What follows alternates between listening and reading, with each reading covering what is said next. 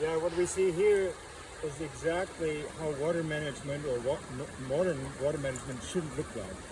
This is the way they treated this stream here is like the 60s. They destroyed the whole riverbed and they took away all the gravel.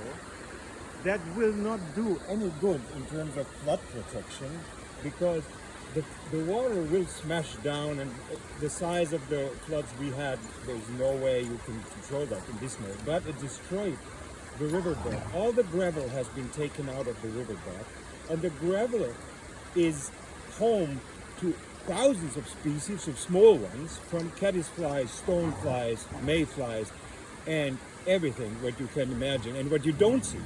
And they are not only being food for other species like the dipper, the bird that lives here, or fish that was living here probably, but they're also cleaning the water because they're constantly filtering the water. They are the creatures of the dark. They live in the so-called interstitial, which means between the stones in the underground, and they're cleaning the water. That is what is called self-purification. So this is what they did here. They destroyed the river. They took away all the gravel. So that's the liver of the river. The gravel is the liver of the river. And they put it on this side, making the banks higher, so you cannot even go to the river, or other species cannot go. It's like a canyon, where it shouldn't be a canyon.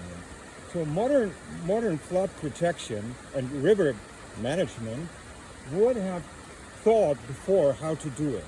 And then maybe pull out here and there stones where it really, or blockages where it's really necessary. But otherwise, think about widening the riverbed. Give it more space, that it's wider instead of higher, that it reduces a bit the speed of the flood peak. So it's minimum here and there, but it adds on.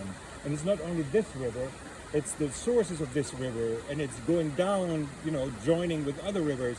And this goes on and on, and one little thing adds, along these rivers to a meaningful impact. You can reduce normal floods by giving it more space, and then you would have a living river here. Now, this is more or less a dead water body. It will return because floods will bring in sediments, and I think we can do a little bit here and help them, the self-restoration, help them a little bit to get a river-like ecosystem back here. It's wonderful. For example, salamanders would live here in this, and some other amphibians, but the basis is insects.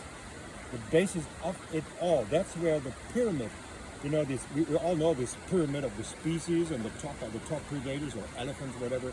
The basis of the pyramids are the tiny ones, and without them you will not have the pyramid, and this is where it all starts. Thank you.